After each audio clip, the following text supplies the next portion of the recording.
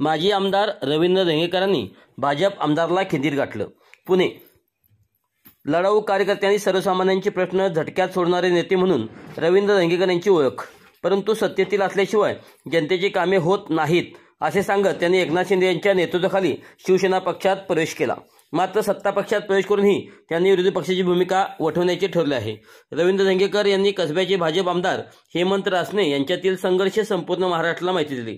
पोटनिवडणुकीत हेमंत रासने यांना पराभूत करून धंगेकरांनी आपली ताकद दाखवून दिली होती. परंतु यावेळी मात्र विजयाची पुनरावृत्ती करणे धंगेकरांना जमले नाही. स्थानिक राजकारणात एकमेकांना कट्टर विरोध असूनही सत्ता पक्षात जाण्यासाठी धंगेकरांनी सेनेची निवड केली. परंतु सेनेत गेल्यावरही सर्वसामान्य जनतेच्या प्रश्नावरून त्यांनी रासने यांची कोंडी केली. धंगेकरांनी हेमंत रासनेंना खिंडीत गाठलं. कसब्याचे माजी आमदार रवींद्र धंगेकर यांनी फ्लेक्सबाजी करत विद्यमान आमदार हेमंत रासने यांना अप्रत्यक्षपणे लक्ष केल्याचे पाहायला मिळत आहे. माझ्या कसबा विधानसभेतील नागरिकांना नियमित व उच्च दाबाने पाणीपुरवठा करणार असं आश्वासन देऊन विधानसभा निवडणुकीत त्यांनी मते घेतली. आता प्रत्यक्षात मात्र घरोघरी पाण्याची मीटर बसवून त्यांच्याकडून अन्यायकारक पाणीपट्टी वसूल करण्यात येत आहे.